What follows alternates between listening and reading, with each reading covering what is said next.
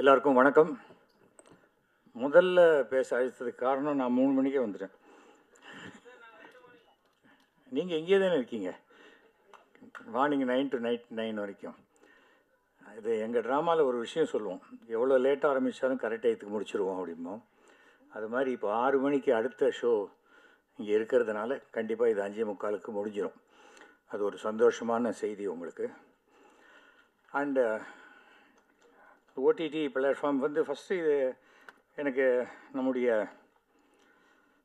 கிஷோர் கூப்பிட்டாரு.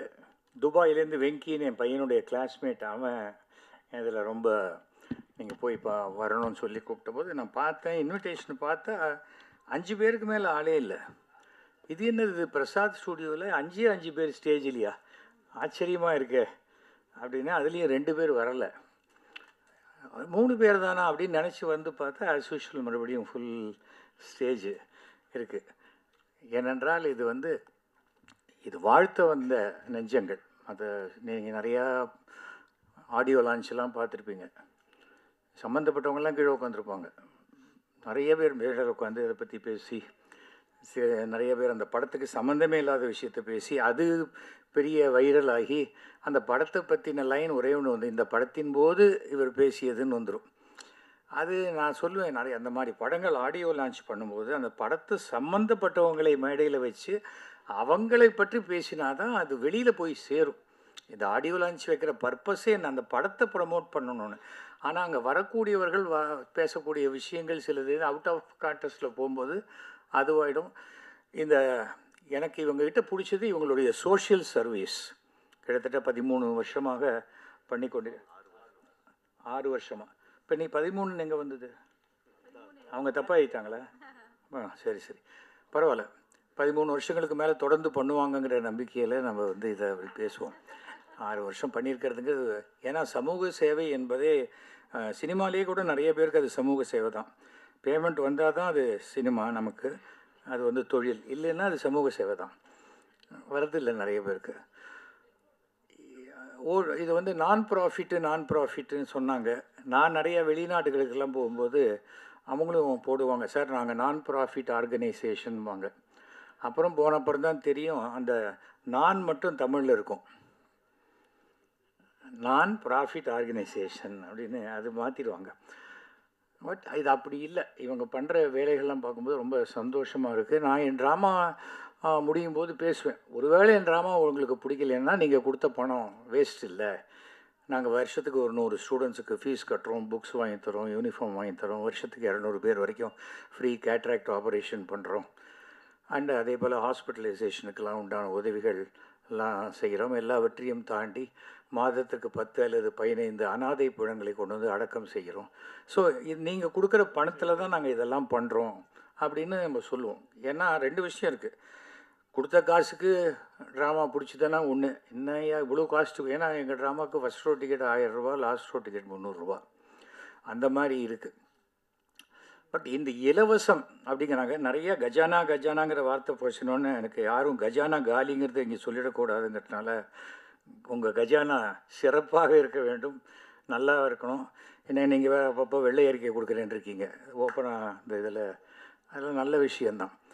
ஆனால் தயாரிப்பாளர்கள் என்பவர்கள், இது சினிமாங்கிறது ஒரு தொழில், கலைங்கிறது ஓகே, ஆனால் தொழில். போட்ட பணம் அந்த தயாரிப்பாளருக்கு வரணும்.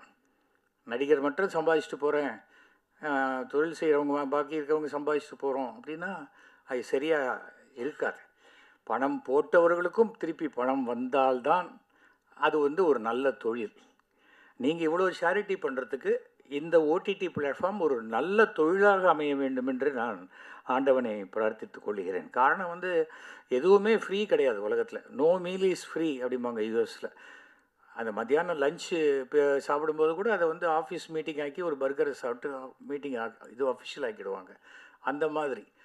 ஸோ அண்டு ஓடிடி பிளாட்ஃபார்ம் அப்படிங்கும்போது இன்னொரு விஷயத்தை நான் இப்போ பார்த்தேன், 4-5 ட்ரெய்லர் பார்த்தேன், எல்லாருமே அந்த சமூக அக்கறையோடு எடுக்கக்கூடிய விஷயங்களாகத்தான் இருக்கிற மாதிரியாகத்தான் தெரியுது. அது அந்த மாதிரி மட்டுமே.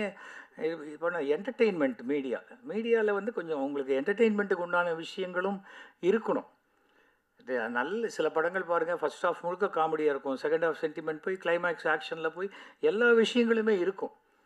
ஆனால் அந்த ஓடிடிக்குன்னு எடுக்கும்பொழுது, குறும்படம்னு எடுக்கும்போது பார்த்தா ஒரு ஒரு சோக காட்சி, ஒரு பரிதாபமான நிலைமை, அப்படியே நம்ம வர வேண்டியது கிடையாது.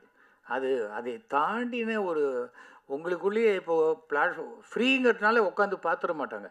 அவங்களுக்கு பார்க்க ஆரம்பிக்கும் பொழுது அது முடிகிற வரைக்கும் நம்ம இன்ட்ரெஸ்ட்டு க்ரியேட் பண்ணக்கூடிய கண்டென்ட்டை நம்ம கொடுக்கணும். அதுக்கு நீங்கள் உங்கள் டெக்னிக்கல் டீம்லாம் என்ன வேணால் இருக்கலாம், ஆனால் அந்த கண்டென்ட்டை செலக்ட் பண்ணுற டீம் நல்ல டீமாக வைத்து கொள்ள வேண்டும். ஏன்னா ஓடிடியில் கூட முன்னாடியே பணம் கொடுத்து யார் படம் வாங்குகிறாங்க? பெரிய படம் யார் பார்ப்பார்களோ, பெரிய ஆர்டிஸ்ட் படம் யாரோ அந்த படங்கள் தான் வாங்குகிறாங்க. ஷேரிங், ரெவின்யூ ஷேரிங்லாம் ஓகே, உங்களுக்கு பிடிச்சிது. ஆனால் அந்த ரெவின்யூ ஷேரிங்க்கு முன்னாடி அந்த ப்ரொடியூசர் எத்தனை ரூபாய் இன்வெஸ்ட் பண்ணணுங்கிறது இருக்குது. அப்போது அந்த ப்ரொடியூசர் என்ன நினைப்பார், நமக்கு இந்த ரெவ்யூ ஷேரிங்கில் நமக்கு இந்த பணம் வருமா அப்படின்னு நினைப்பாங்க. அதனால் நீங்கள் நிறையா யோசித்து நிறையா விஷயங்கள் பண்ணுங்கள். ஏனென்றால் எந்த தொழிலுமே எடுத்தோன்னே டிஸ்கரேஜ் பண்ணக்கூடாது. ஆனால் அதே சமயம் ப்ளஸ் அண்ட் மைனஸ் எல்லாவற்றையும் யூகி சேது வந்திருக்காரு, வாங்க இங்கே உங்களுக்கு தான் அந்த சேர், அது வாங்க பாஸ், உங்கள் ஃபோட்டோவை போட்டு ஆளே காணுன்னு வாங்க வாங்க வாங்க. யூகி சேது அவர்கள் தொலைக்காட்சியினுடைய முன்னோடி இவர்கள்லாம் தான், வாங்க.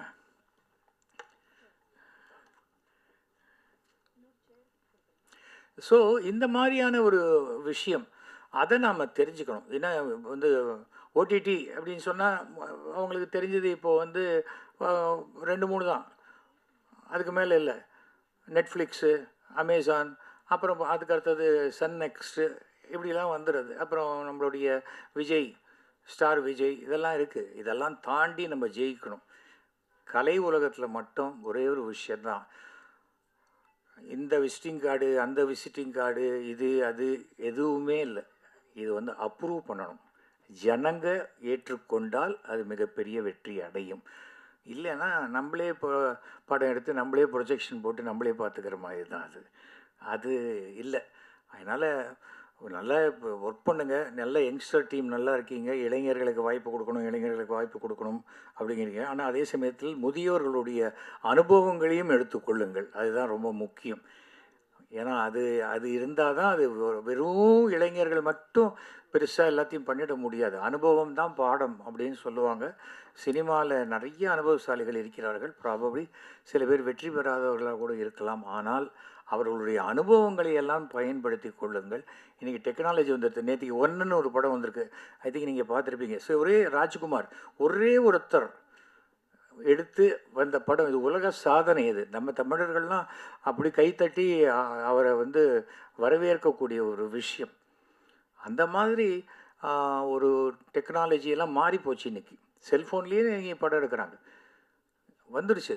ஸோ இதுங்க அதுதான் வேணும், இதுதான் வேணும், இவங்க தான் வேணும், அதெல்லாம் மாறி போகும்பொழுது அந்த காலகட்டத்துக்கு ஏற்ப எல்லாவற்றையும் தாண்டி ரசனைகளுக்கு ஏற்ப நீங்கள் உங்களுடைய தொலைக்காட்சியை வடிவமைத்து கொள்ளுங்கள். அதுதான் உங்களுக்கு மிகச்சிறந்த வெற்றியை கொடுக்கும். அதுதான் சினிமாலேயே சக்ஸஸ் இஸ் ஃபார்முலா அப்படிம்பாங்க, மைட் இஸ் ரைட் அப்படிம்பாங்க. எது வெற்றியோ அதுதான். ராமராஜன் படத்தில் இந்த பசுமாடுகிட்ட பால் கறந்து அந்த பாட்டு ஹிட்டுன்னா அப்புறம் 10 படத்தில் ராமராஜன் இல்லாட்டாலும் அந்த பசுமாடு தான் இருக்கும். ஏன்னா அந்த பசுமாடு தான் சென்டிமெண்ட்டுங்க. அப்புறம் திடீர்னு சொல்லுவாங்க, இல்லை சார் இப்போ கொஞ்சம் இதுவும் மாறி போச்சு, நடுவில் ராமராஜன் பால் கறக்கட்டும், பசுமாடு பாடட்டும், சரி அதுதான் வெற்றி, ஓகே அப்படி எடுப்பாங்க. எல்லாருமே அப்படி தான் போனாங்க. எல்லாம் வித்தியாசமான முயற்சிங்கிறது இப்போ தான் இந்த காலகட்டங்கள். ஆனால் எல்லாமே ஆர்ட் ஃபிலிம் மாதிரி, ஃபிலிம் ஃபெஸ்டிவலில் பார்க்குற படம் மாதிரி இருந்ததுன்னா அதை நம்ம வாசலில் பார்க்கக்கூடிய ஒரே விஷயத்த ஸ்க்ரீனில் வந்து பார்க்குறதுக்கு எதுக்கு காசு கொடுத்து பார்க்கணுன்னு தோணும். அந்த சீனுடைய பிரம்மாண்டத்துக்கு உண்டான கண்டென்ட்டை யோசித்து பண்ணினா உங்களுக்கு நிச்சயமான வெற்றி கிடைக்கும். என்றைக்குமே அந்த முயற்சி, பாண்டிச்சேரியிலேருந்து நிறைய கலைஞர்கள் நான் பார்த்துருக்கேன், சினிமாக்குள்ளே வந்து வெற்றி பெறணும்னு வரக்கூடியவங்க நிறைய பேர் வந்திருக்காங்க. எந்த காலத்திலும் உங்களுடைய நீங்கள் கொடுக்க வந்துருன்னு சொன்னீங்க, அதே மாதிரி நீங்கள் எவ்வளவோ சேரிட்டி பண்ணுறீங்க, அந்த சேரிட்டி உங்களை காப்பாற்றும். உங்களுக்கு அனைவருக்கும் என்னுடைய மனமார்ந்த வாழ்த்துக்களை நான் தெரிவித்துக் கொள்கிறேன். நேற்றுக்கு தான் நம்முடைய முதுபெரும் நடிகை சவுகார் ஜானகம்மா இறந்து போயிட்டாங்க. அவங்களுக்கு இந்த இந்த 4:30க்கு மேலே அவங்களுடைய கிரிமேஷன். நம்ம ஒரு ஒரு 30 செகண்ட்ஸ் நம்ம எழுந்து அந்த அவருக்கு உண்டான அந்த அஞ்சலியை நம்ம செலுத்தினா மிகப்பெரிய கௌரவமாக இருக்கும்.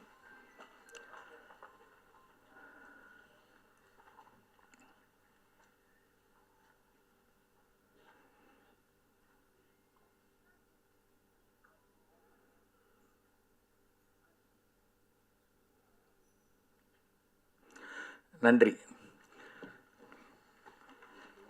ரொம்ப சந்தோஷங்க. உங்கள் எல்லாருக்குமே இந்த மாதிரி ஒரு டிஃப்ரெண்ட்டாக ஒரு ஆடியோ லான்ச் அந்த மாதிரி நடக்கிற இடத்துல ஒரு ஓடிடி லான்ச் அது வந்து நடக்குது.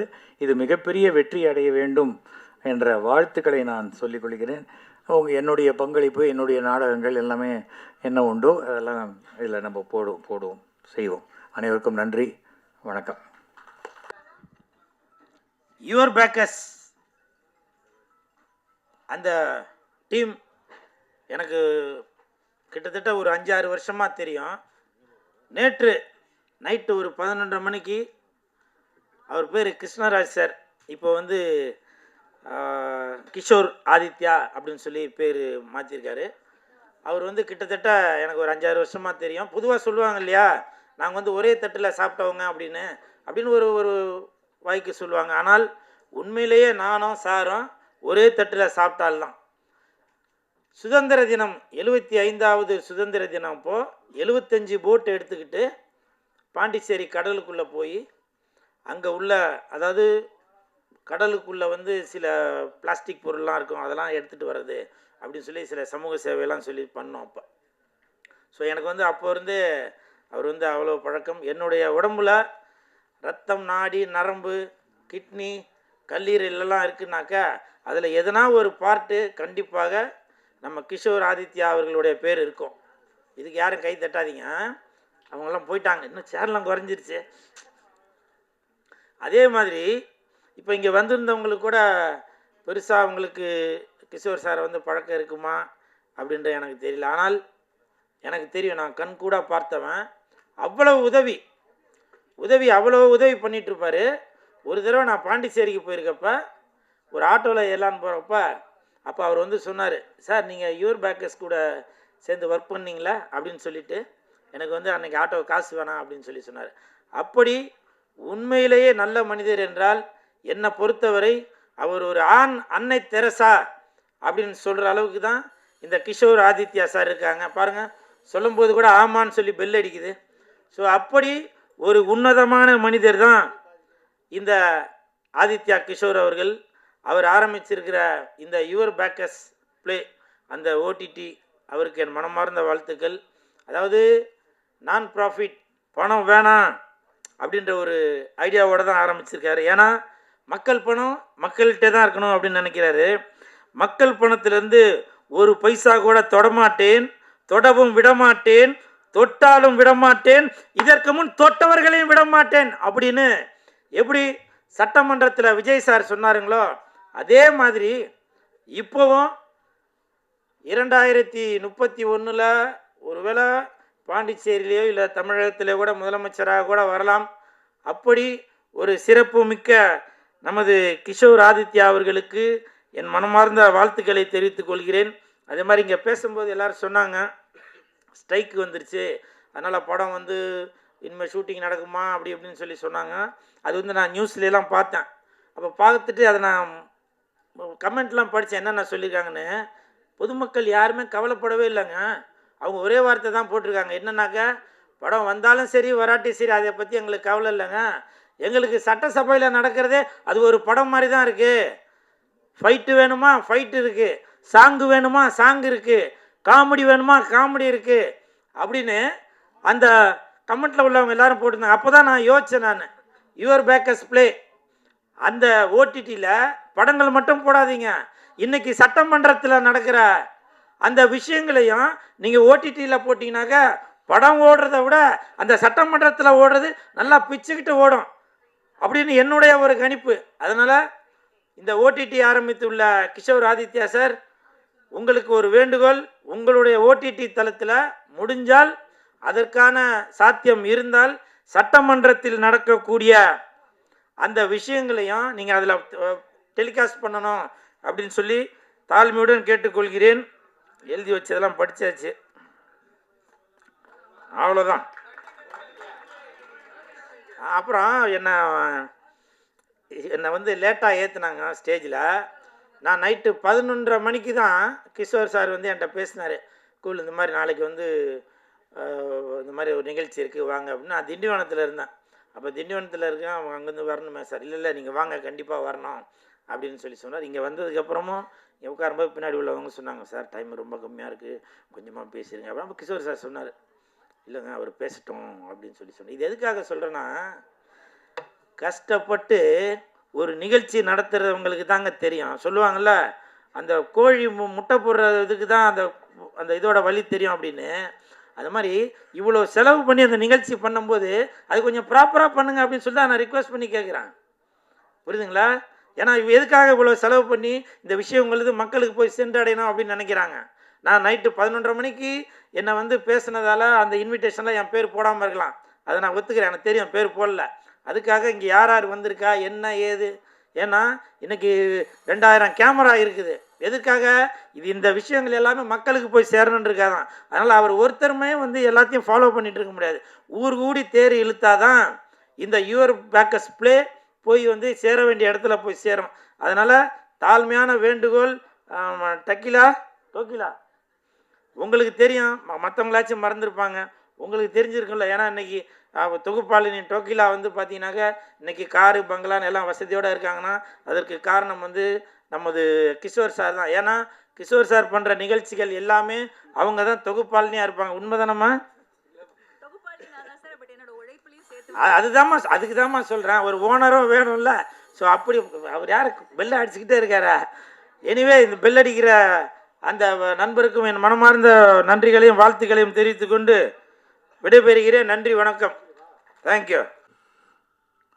நிறைய சம்பாதிச்சுட்டு வந்து எங்கே டாக்ஸிலையோ அந்த ஊருக்கு போகலாமா? எங்கள் பெரிய டாக்ஸிலா. ரொம்ப நன்றி. ஜோஷிலாவா? தௌஷிலாவா? 10 days கொடுங்க, ப்ராக்டிஸ் பண்ணிடுறேன்.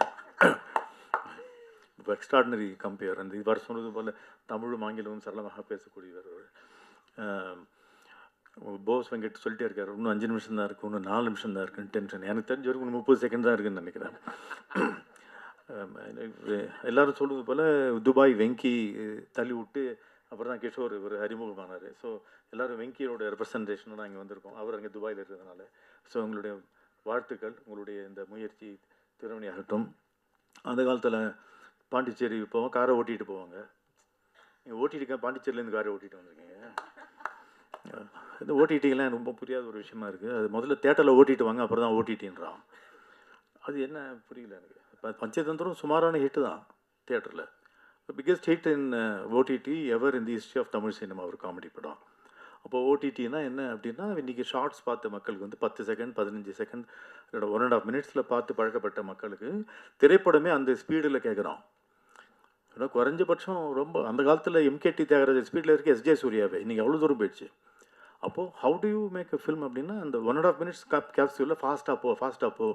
ஜார்ஜ் லூக்கஸ் நடிகர்களுக்கு எப்போவுமே சொல்லுவார், ஃபாஸ்டர் லவுடர்னுவார், ஃபாஸ்டர் லவுடர்னுவார். எல்லாம் சினிமாவே இப்போ ஃபாஸ்டர் அண்ட் லவுடராக போனதுனால எங்கே வேணால் கட் பண்ணி எங்கே வேணால் நீ சொருகலாம். Make it in to form of different shots, 1.5 minutes into 2 minutes into so 120 minutes divided by 2. அத்தனை ஷார்ட்ஸுக்குள்ளே நீ கொண்டு அடக்கு அப்படின்னு சொல்கிற இந்த ஏஸ்தெட்டிக்ஸ் ஆஃப் சினிமாவே மாறிவிட்டது. அப்போது என்னன்னா, the buyer dictates what you should do. ஏஸ்தெட்டிக்ஸாக வந்து இதுதான் ஃபஸ்ட்டு டைம் வந்து எப்படி சொன்ன டெய்லர் முதல்ல கொடுத்துட்டான், பேண்ட்டை தைச்சிட்டான், அதுக்கேற்ற மாதிரி நம்ம கால் கை வெட்டணுங்கிற அளவுக்கு இன்றைக்கி வந்து சினிமா வந்திருக்கு. இது ஒரு பக்கம். ஏற்கனவே உலகத்தில் இல்லாத ஒரு இடர்பாடு தமிழ் இந்தியாவுக்கு வேண்டி தான் உண்டு. என்னென்னா இன்ட்ரோல்னு எல்லா ஊர்லேயும் 1.5 hour தான், நம்ம ஊரில் 2.5 hour. ஏன்னா இன்ட்ரோல் ஒன்றுக்கு போனோம். ஸோ அந்த 1.5 hour ஃபாரின் ஃபில்மில் எக்ஸ்ட்ரா ஒரு 1 hour நம்ம ஆட் பண்ணுறோம். அது நம்ம ஃபஸ்ட் ஹாஃப் நல்லா இருக்குது, செகண்ட் ஹாஃப் நல்லா இல்லை அப்படின்னு சொல்லுவதுக்கு காரணம், செகண்ட் ஹாஃபில் தான் கதையை எதிர்பார்க்குறேன், கிளைமேக்ஸ் எதிர்பார்க்குறேன். ஃபஸ்ட் ஹாஃபில் எப்படி ஓபிடிக்கலாம், இவன் தான் போனால் காமெடிலாம் பண்ணிட்டு இன்ட்ரோவில் இன்னொரு பேங்க் கொடுத்துட்டு செகண்ட் ஹாஃப்லேயாவது கதையை சொல்லு அப்படிங்கிறான். அப்படி இருந்த ஃப்ரீடம்லாம் போய் இன்றைக்கி வந்து எல்லா நிமிஷமும் பேங்க்கு கொஞ்சம் கூட தொய்வு இல்லாமல் 99 மார்க் வாங்கினா நீ ஃபெயிலு, 100 வாங்கினா தான் பாஸு அப்படிங்கிற ஒரு காலகட்டத்தில் வந்திருக்கிற பொழுது வினோதமான ஒரு விஷயம் என்ன இருக்குன்னா, அபரிவிதமான திரைப்படங்கள் தயாரிக்கப்படக்கூடிய காலகட்டம் இதுவாகத்தான் இருக்கின்றது. அது ஏன் என்றே புரியவில்லை. There is somewhere some money is available for people to produce films, knowing fully well it is not going to be sold, knowing fully well nobody is there to buy. இதில் ஸ்ட்ரைக் வேறு, இப்போ ஏற்கனவே வேலை இல்லை, நம்ம strike வேறு நம்ம இது பண்ணணும். ஏற்கனவே ஓடிடி வாங்குறது ஆள் இல்லை, இதில் 4 வாரம் கழிச்சு போடணும். தயவு செஞ்சு யார் போடுற முதல்ல காட்டுங்க கண்ணுக்கு அப்படிங்கிற மாதிரி ஒரு சுச்சுவேஷனில் எல்லாரும் பெரியவங்களுக்கு கொடுக்குறக்கூடிய ஒரு பிரச்சனைகளோ அவங்களுடைய அந்த ஒரு நிபந்தனைகளோ யங்ஸ்டர்ஸ்க்கோ இல்லை புது சின்ன படங்களுக்கு கொடுக்கவே கூடாது. அவன் படம் பண்ணுறதே பெரிய விஷயம். நீங்கள் வந்து நான் ப்ராஃபிட் ஆர்கனைசேஷன் அப்படிங்கிறீங்க, எல்லா ப்ரொடியூசருமே நான் ப்ராஃபிட் ஆர்கனைசேஷன் தான் நடத்திட்டு இருக்கான். அப்படி எனக்கு கண்ணுக்கு தெரிஞ்சு பார்த்ததில்ல. அது 200-250 படம் எடுக்கிறாங்க. எந்த காலத்திலுமே 1895 ஆரம்பிக்கப்பட்ட சினிமா இன்று 130 வருடங்கள் ஆகிவிட்டது. எப்பொழுதுமே ஒரு 8-10% விழுக்காடு தான் வெற்றி படங்கள் என்றைக்குமே எல்லா ஊர்லேயுமே. இப்போ இன்னும் குறைந்து கொண்டு தான் வருகிறது, அதிகமாக தான் தெரியல கண்ணுக்கு. அப்படிங்கிறப்போ எங்கோ ஒரு இடத்துல எப்போ கொஞ்சம் 100 படங்கள் எடுத்தப்போ ஒரு 10 படம் ஓடிச்சு. இப்போ 200 படம் எடுக்கிறப்போ 20 படம் ஓடிச்சு. அப்போ என்ன இல்லை, 200 படம் எடுக்கும்போது 10 படம் தான் ஓடுதுன்னா அப்போ தேவையில்லாமல் ஒரு 100 படம் எடுக்கிறோமா எங்கேயோ?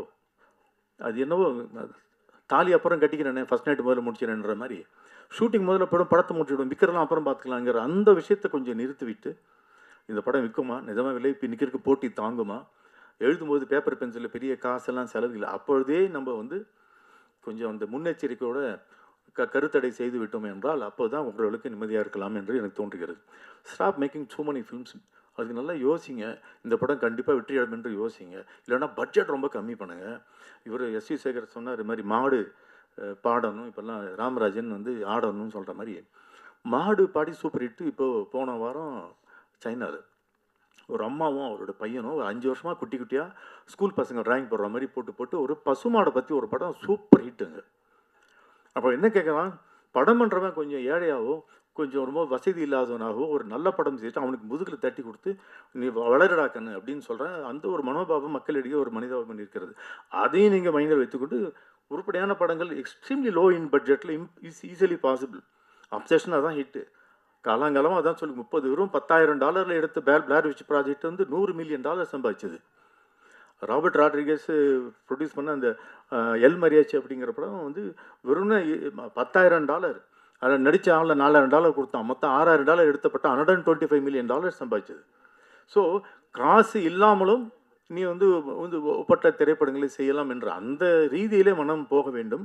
எனக்கு தோணிச்சு, எனக்கு ஒரு கனவு இருக்குது, எனக்கு ஒரு படம் எடுக்கணுங்கிற ஆசையெல்லாம் பேப்பர் பென்சில் பிரிண்டிங்கோடு நிறுத்திக்கோ. படமாக பண்ணணும்னா எக்கச்சக்க கோடிகள் திரும்பி வர வேண்டும் என்பதை மனதில் வைத்துக்கொண்டு எடுப்பவர்களும் அப்படி நினச்சி படம் எடுக்கணுன்றது எனக்கு தோன்றுகிறது. உங்களோட வென்யூவில் நீங்கள் வந்து நிறைய இவர் போஸ் வெங்கட் சொன்னது போல் செல்வமணியும் சொன்னது போல் மக்களுக்கு பிடித்த மாதிரி அப்படிங்கிறதுல உங்களுக்கு பெரிய அட்வான்டேஜ் என்ன இருக்குன்னா, நீங்கள் 1.5 மினிட்ஸ் ஷார்ட்ஸாக ஒன்றா சேர்ந்து கோர்த்து ஒரு மாலையாக தயாரித்து அதில் நீங்கள் விட்டிங்கன்னா people will start tuning into your OTT, but be very cautious about the quality.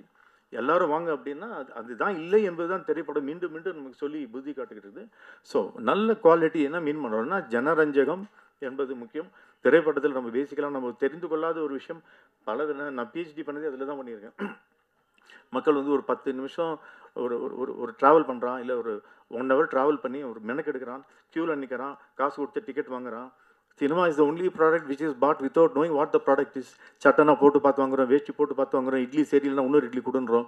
Cinema மட்டும்தான் வாங்கிய பிறகு நோ ரீஃபண்டு. என்னன்னே தெரியாது, என்ன ப்ராடக்ட்னே தெரியாது, காசு முன்பணமாக கொடுத்து விடுகிறோம், ஒரு சீட்டில் உட்காந்துக்கிறோம், இருட்டில் போட்டு அடக்கி வைக்கிறான். அதுக்கே திருவிழா கும்பல்லாம் வந்து பெரிய விஷயம், செலிப்ரேஷனாக போகணும், இருட்டிலேயே வச்சுக்கிறேன், பலான விஷயம் தான் இருட்டில் பேசுவேன். இந்த டெட்லி காம்பினேஷன் சினிமா கொண்டு இருக்கிறதுனால் அப்போ அது என்ன இருக்க வேண்டும் அந்த ஸ்க்ரீன்லுங்கிறது அதுக்கு ஒரு சில கோட்பாடுகள்லாம் இருக்குது. எதோனா எடுத்தாலும் 50-60 பயிரிடுவது எப்படி, அத்வைதம் துவைத்தம் இப்போ என்ன அப்படின்னு பற்றி பேசினா கல்வெடுத்து அடிச்சிடுவான். There is some reason, first half, second half, beginning, middle, end, இன்னும் ஒரு கோட்பாடுகள் இதனால் தான் வருகிறது. Because of these conditions. இதெல்லாம் மனதில் வைத்துக்கொண்டு எங்கடா போய் நிற்குது அப்படின்னா, ஜனரஞ்சகமாக என்டர்டெய்னிங்காக இருந்தால் அதற்குள் உன் கருத்தை நீ வைத்து கொள்ளலாம். ஆனால் கருத்தை மட்டும் படமாக இருந்தால் அது வந்து வீட்டில் நீ வச்சுக்கோ, மக்கள் அது காசு கொடுத்து வாங்க மாட்டான். Because you're taking money from him அப்படிங்கிறது நான் வச்சுக்கணும். ஸோ இதெல்லாம் மனதில் வைத்துக்கொண்டு ஜனரஞ்சகம்னா the more the people the better the product அப்படின்னு மனதில் வைத்துக்கொண்டு make it happy, make it jovial, make it have a content that has a beginning, middle, ட்ராமாட்டிக்காக இருக்கணுங்கிறது வந்துச்சு. ஸோ இதை மனசில் வைத்துக்கொண்டு ஓடிடி ஆகட்டும் திரைப்படமாகட்டும் ஜனரஞ்சமான ப்ராடக்ட் எடுக்க வேண்டும். நீங்கள் எந்த படம் வேணால் வாங்க முடியாது. அதுக்கு மக்களும் புரிந்து கொண்டு அதுக்கேற்ற மாதிரி படத்தை எடுத்தால் உங்களை மாதிரி ஓடிடியும் வாழும். படம் முன்படம் போட்டவர்களுக்கும் ஒரு நல்லபடியாக இருக்கும். நீங்கள் வந்து இந்த 20% ஒர்க்கர்ஸ் தரேன்றீங்க, செல்வமணி ஹாப்பி ஆடுவாப்பில், அதுக்கெல்லாம் செல்வமணி இருக்காங்களே, ப்ரொடியூசருக்கும் ஏதாவது கொஞ்சம் கொடுத்தீங்கன்னா பாவம் அவனு கொஞ்சம் கொடுக்குறீங்களே, அந்த சார் மீண்டும் ஒரு நன்றி அதற்காக. So wish you all the best. Thank you very much.